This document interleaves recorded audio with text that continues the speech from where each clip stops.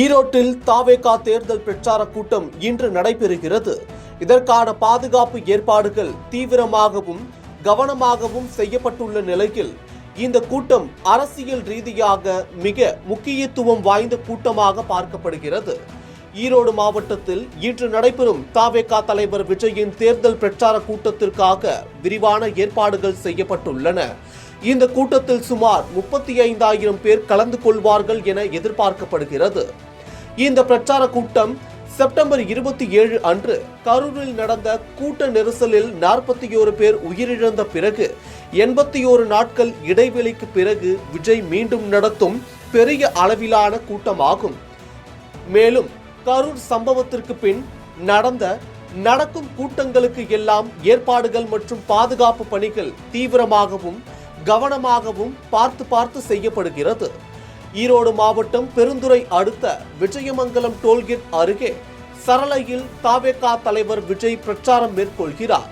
16 acre நிலத்தில் நடைபெறும் நிகழ்ச்சியில் 72 இரும்பு கேலரிகளில் தொண்டர்கள் 10,000 பொதுமக்கள் 25,000 என மொத்தம் 35,000 பேர் வருவார்கள் என எதிர்பார்க்கப்படுகிறது.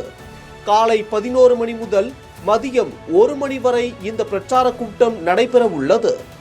நடிகர் அரசியல்வாதியான விஜய் சென்னையில் இருந்து விமானம் மூலம் கோவை வந்து அங்கிருந்து சாலை மார்க்கமாக கூட்டத்திற்கு வருவார் என தகவல் தெரிவிக்கிறது.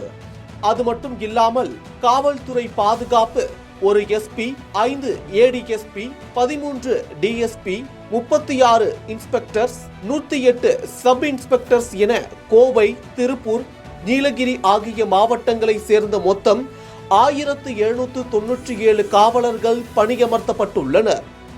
1000 லிட்டர் கொள்ளளவு கொண்ட 20 டேங்குகளில் குடிநீர் ஏற்பாடுகள் மட்டும் இல்லாமல் 10 லாரிகளில் குடிநீர் விநியோகம் செய்யவும் தயாராக உள்ளது. மேலும் வருபவர்களுக்கு 2 லட்சம் தண்ணீர் பாட்டில்களும் ஏற்பாடு செய்யப்பட்டுள்ளது.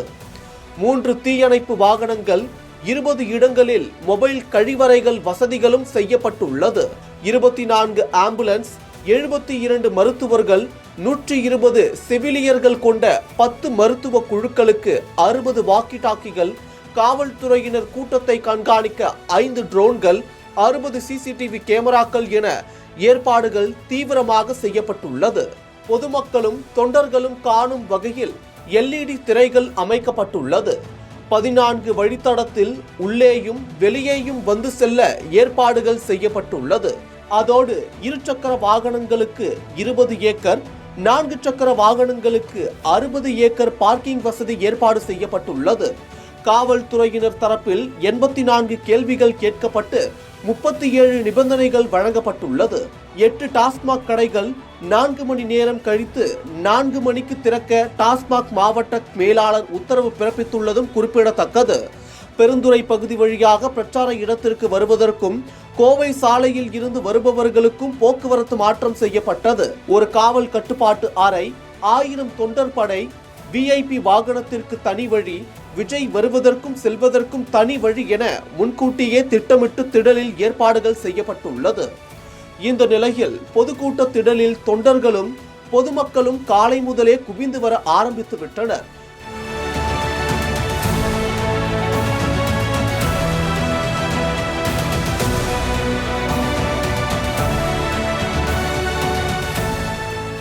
இந்த பிரச்சார கூட்டத்தின் மற்றொரு முக்கிய அம்சம் அதிமுகவை விட்டு விலகி சமீபத்தில் தாவேகாவில் இணைந்த KA செங்கோட்டையன் இதில் கலந்து கொள்வது. இது அவர் தாவேகாவில் இணைந்த பிறகு நடக்கும் முதல் முக்கிய பொது நிகழ்ச்சியாகும். இதனால் இந்த கூட்டம் அரசியல் ரீதியாக மிக முக்கியத்துவம் வாய்ந்ததாக கருதப்படுகிறது.